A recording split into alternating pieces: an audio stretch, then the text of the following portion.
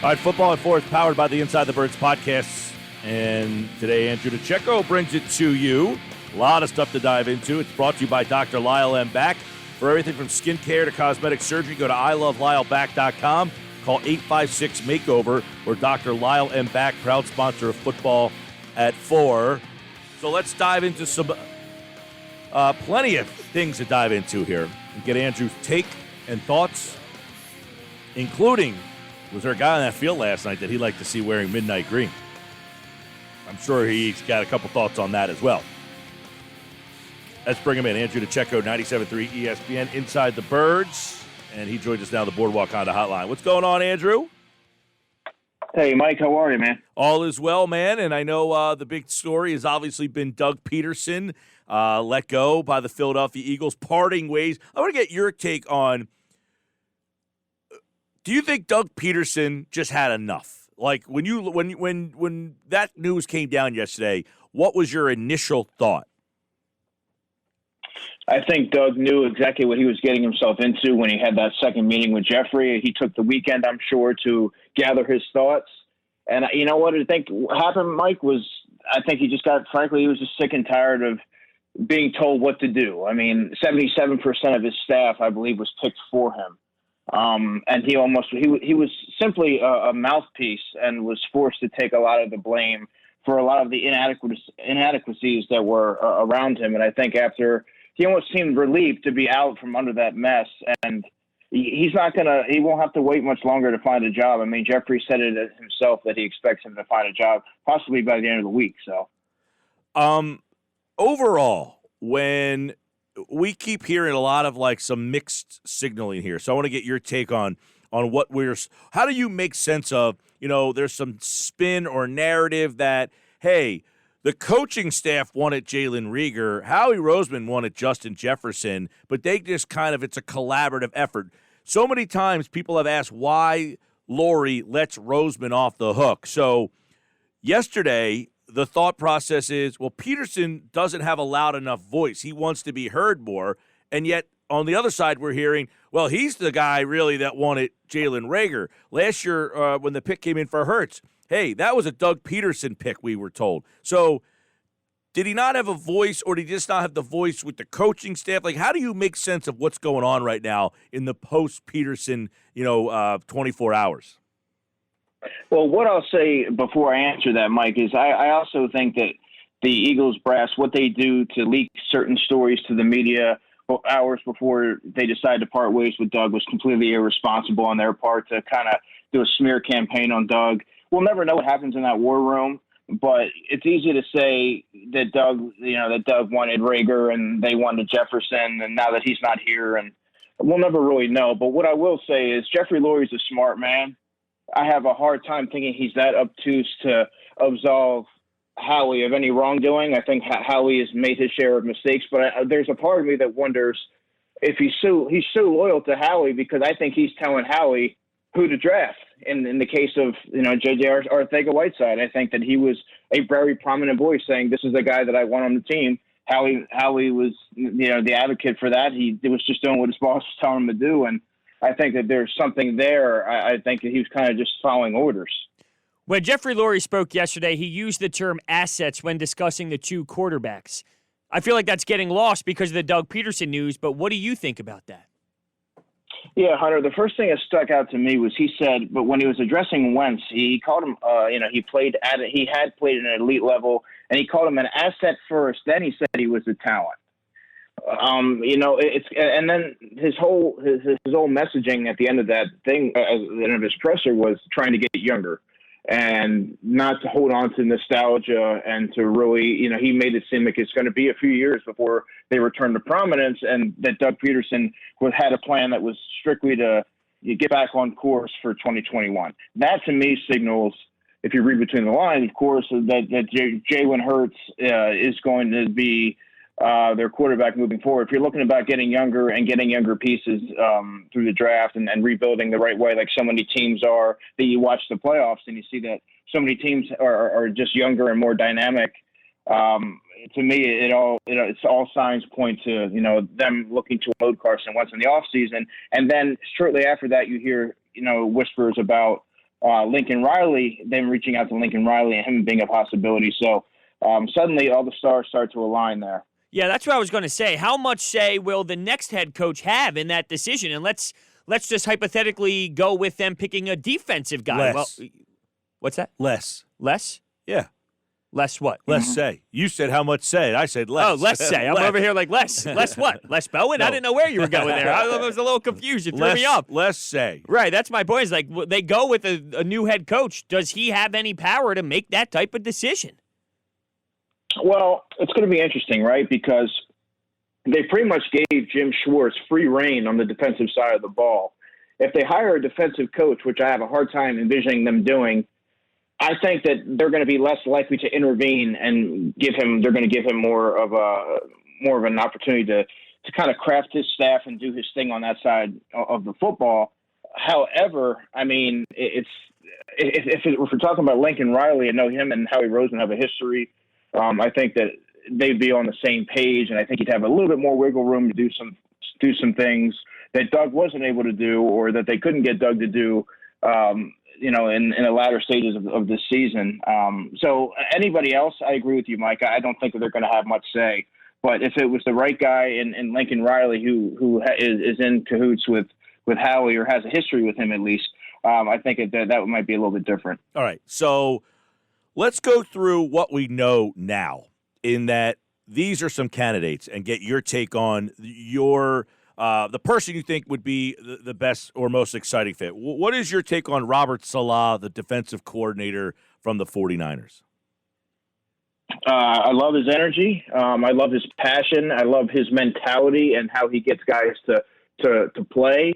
He prioritizes things that the Eagles fans wouldn't be accustomed to, like, if they're sitting at 6 and he's the head coach, all of a sudden Micah Parsons becomes a legitimate possibility with that selection. He prioritizes the linebacker position. He has a whole different mentality from the previous regimes, and I think those are some things that you would see a completely different change in philosophy there. So I think that would be an interesting one. I know he had a second visit with the Jets today, and the Jets would be wise not to let him leave that building, because I have a sneaky suspicion that he's going to have a lot of other offers and possibly more desirable spots, maybe even Philadelphia. All right. What about also being interviewed, requested Art Smith, the Tennessee Titans offensive coordinator? Now, they're very play action. They have a horse running back with Derrick Henry. I don't know if this roster's the best fit for him, but your take on Arthur Smith? Yeah, Arthur Smith is a young coordinator. He had play calling duties. He was a first-time play caller last season. I thought he was very inventive and creative with some of the schemes that he was able to draw up. Obviously, their offense runs through Derrick Henry, and he's a little bit limited there with Ryan Tannehill. However, he did do a fantastic job getting Ryan Tannehill back on track, which if he becomes the guy, maybe he can rehabilitate Wentz. I do like his offensive mind, and I think that would be similar to the mindset of what Howie and Jeffrey are looking for in a head coach. How about going in-house with someone like Deuce? I feel if not now for him, it's probably going to be never in Philadelphia. Yeah, Deuce is going to get his opportunity here to audition for that role again, and you won't find a single person in that organization or who's left that organization, look at Malcolm Jenkins yesterday, that doesn't have something positive to say about Deuce Staley. Everyone echoes the same sentiments about Deuce: his leadership, ability to lead men. He can command a room. These are important qualities to obviously have in a head coach, and I think he really deserves a legitimate opportunity to be the face of the franchise here. A lot of people have wondered. He's made it through multiple head coaches here. He's been on the staff. What do you think the deterrent is as to why he has not been considered, or if he does not? He'll get an interview, I would imagine, but if he does not get the job, what are some of the things? And I would imagine if he doesn't get the job, he might not stay on the staff. So that could be another thing, is if they really want him around here, it's either he's the coach or they might lose him. Yeah, it's hard to say, because I believe that he's viewed differently around the league than how he's viewed in Philadelphia. The one deterrent I might say is he's not a play caller. I mean, he had an opportunity. I thought that he deserved the opportunity to be the offensive coordinator, and they went with Mike Groh. And that right there was, a red flag to me that, why do you keep bypassing this guy? He seems to have the resume and the ability to kind of move up the coaching ladder. And they gave him a different role, of course, but it's hard to say, Mike. I'm not really sure why he hasn't gotten a fair shake in Philadelphia. Okay. Another name that apparently the Eagles have requested to interview is Todd Bowles. Now, he was here as a defensive coordinator on an interim basis. I think it was when Juan Castillo got fired. He was then the head coach with the Jets.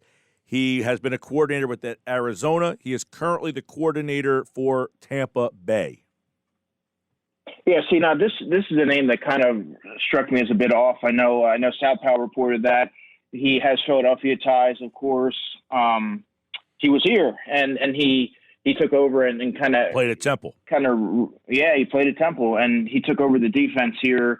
I believe it was 2012, and he when he was a coach for the Jets, he was kind of just that middling. Doesn't really have a standout quality. He's a mild-mannered guy, defensive-minded, of course, but he doesn't really, to me, move the needle one way or the other.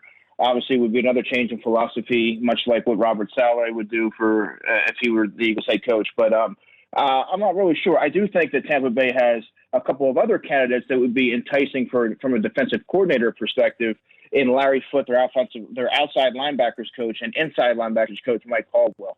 So those are two names to watch as well, I think. The hottest name out there is Bieniemy. Do you think there's any chance of that? You can go from the Chiefs offensive coordinator and Doug Pederson to the Chiefs offensive coordinator. Yeah, well, it's tough, Hunter, because they're already so far behind in the coaching chase here that if you wait, the Chiefs are probably going to advance to the Super Bowl. So if you wait too long and all these guys that are on your list start landing with jobs, and you're really banking on Eric Bieniemy or Mike Kafka, or unless you opt to go to the college ranks, of course. But it'll be interesting to see what happens because he's gotten a ton of interviews, Eric Bieniemy, over the past couple of seasons. I've heard a multitude of different stories as to why he hasn't caught on to one. But it's going to depend because I feel like they've waited too long. They didn't anticipate being in a coaching search at this stage of the Philadelphia Eagles. So, I'm sure he's going to be on their list, of course. He's an enticing candidate, but I don't know if they can afford to wait that long. Mike Kafka was a guy that, you mentioned and was a quarterback here. He was a backup or really a third-string guy, I think. He was a draft choice here. He's on Andy Reid's staff. They wanted to interview him last year to be the offensive coordinator, but they kind of bailed because they assumed that they were going to get blocked. It was kind of a weird story, but he's a young guy, 34, I think, years old. So would Mike Kafka suit their needs? Now, here's the thing with Mike Kafka. I think that they can always have him in their back pocket because, yes, Andy Reid likely won't let him leave for an offensive coordinator role because he's being groomed to be the Kansas City offensive coordinator. We all believe that Eric Bieniemy is going to be a head coach somewhere. But I do think that if he's going to depart for anything, Andy's going to give him his blessing for a head coaching opportunity. Now, Mike is very young. That'd be a nice little jump for him, but I've always been led to understand that he had more to do with the development of Patrick Mahomes than Eric Bieniemy did. He's a very valuable asset to the Kansas City Chiefs organization, and a lot of people may not know that, but he was very instrumental for what Patrick Mahomes has been able to do so early in his career. And he has that Northwestern background. He's obviously a very intelligent guy. From what I understand, he's very innovative. For me, he would be on my short list of candidates to bring in as a head coach. How do you feel about Joe Brady? Joe Brady is another guy who's on the upswing. He's 31 years old, Hunter, and I feel like if the Eagles don't bring him in now, then they're probably not going to get him. He's going to have a lot of suitors coming up here. He's the age and the inexperience might kind of drive a lot of teams away, but I think that he has the mindset and the of what Jeff and Howie are looking for. College ranks Lincoln Riley. Obviously, the Eagles have gone down this road before. Jeff Mosher reporting that they've already made the call. So, the one thing with Riley, offense, work with Jalen Hurts. That makes it a very interesting story. Worked with Murray, worked with Baker Mayfield. So obviously he's got that pedigree. It would certainly add to the quarterback kangaroo court that we're going to have here coming up. But they play no defense at Oklahoma. Yeah, like you said, he's more of an offensive-minded guy. You have to look at what he's been able to do with quarterbacks. You named it: Baker Mayfield, Kyler Murray, Jalen Hurts. The offense would certainly be explosive and dynamic like we haven't seen since the early days of the Chip Kelly era. But I think what's really important here is the quarterback-head coach dynamic. And if you bring a guy like Lincoln Riley in, it's going to immensely help Jalen Hurts. They're going to be able to cater an offense to his skill set. He's going to have that familiarity there. I think Howie, not that different to us, but to the brass, Howie's going to have a comfortability with him. And I think that it would kind of, he to me seems like a guy that they would target along with an Arthur Smith. But whoever he hires as defensive coordinator is going to be one of the most crucial hirings for the Eagles because his teams in the past haven't played a lot of defense. Yes, none actually. Andrew DiCecco at DiCecco NFL. Who is the guy that you think is the best fit? Right now, if you kind of align it with Jeffrey's message yesterday, and I think that if he wants to get younger and grow and head in the direction of, let's say, the Baltimore Ravens or the Kansas City Chiefs, I would say Lincoln Riley. Get a young coach, a young quarterback. You got Miles Sanders, you got Jalen Reagor, you have Dallas Goedert, you have all these young pieces. Then you got to start getting younger on defense. You have to get younger on defense and get some building blocks there. But I think that would be the direction to go if you're kind of basing the decision off of the message that he conveyed yesterday. What about the offensive coordinator in Buffalo, Dable? Oh, I like Brian Dable a lot. I think he's going to have a lot more opportune situations that are going to be coming up there. I'm not necessarily sure why. He's going to have every team lined up to bring him in, and given the Eagles situation right now, I don't know why a lot of those prime candidates would want to come here. Last night in the national championship game. Now, let's start with this. Pick 6. What direction do you think, with what's on the board and what they need and where they're picking, what direction makes the most sense? If I'm picking at 6, I'm going Patrick Surtain, the corner from Alabama, and then I'm going Chris Olave in the second round, the wide receiver from Ohio State. A lot of it's going to depend on who their coach is. If it's a defensive-minded guy, then all of a sudden Micah Parsons and Surtain and Gregory Rousseau, the defensive end from Miami, these guys enter the conversation.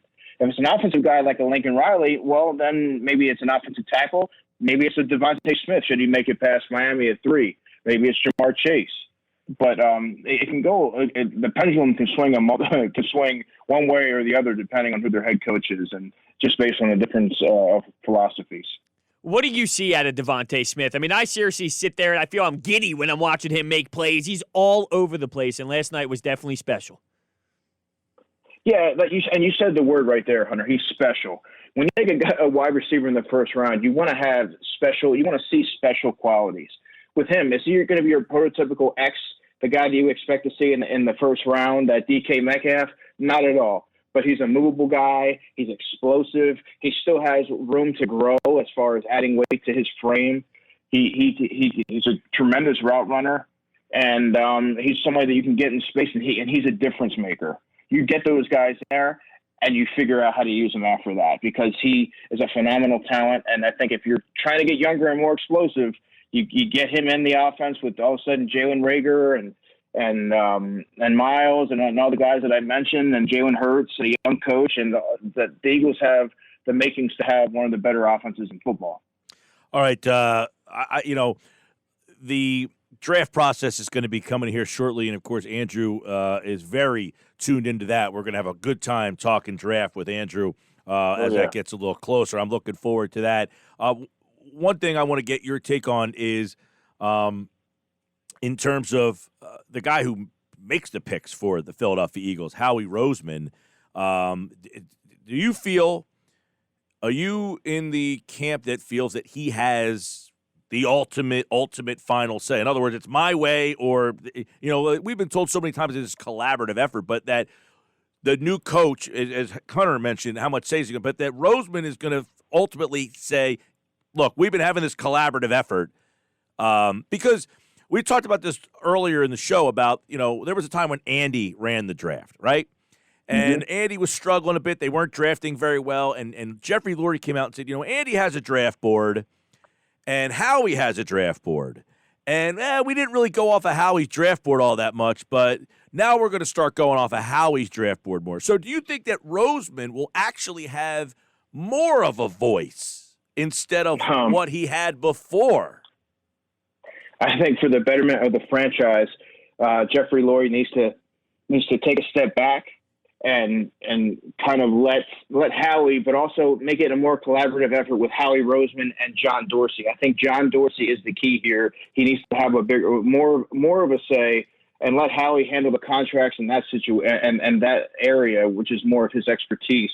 But I think that Jeffrey had a bigger voice in the draft that many realize, and I think he really, once you see the results are staring you right in the face. I think you need to say, okay, for the betterment of the franchise, to avoid these questions and being put under a microscope, I need to let these guys do their thing and let John Dorsey really have more of a voice there. Right. So in a follow-up, I guess we should say, do you think there's a possibility that Roseman is not a part of the draft process, that they get someone else to take over that role?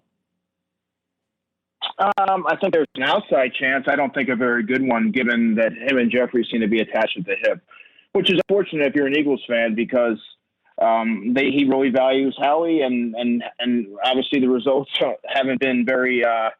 The results kind of speak for themselves. I mean, they're not very boastful. I mean, he's really whiffed on a lot of crucial picks here.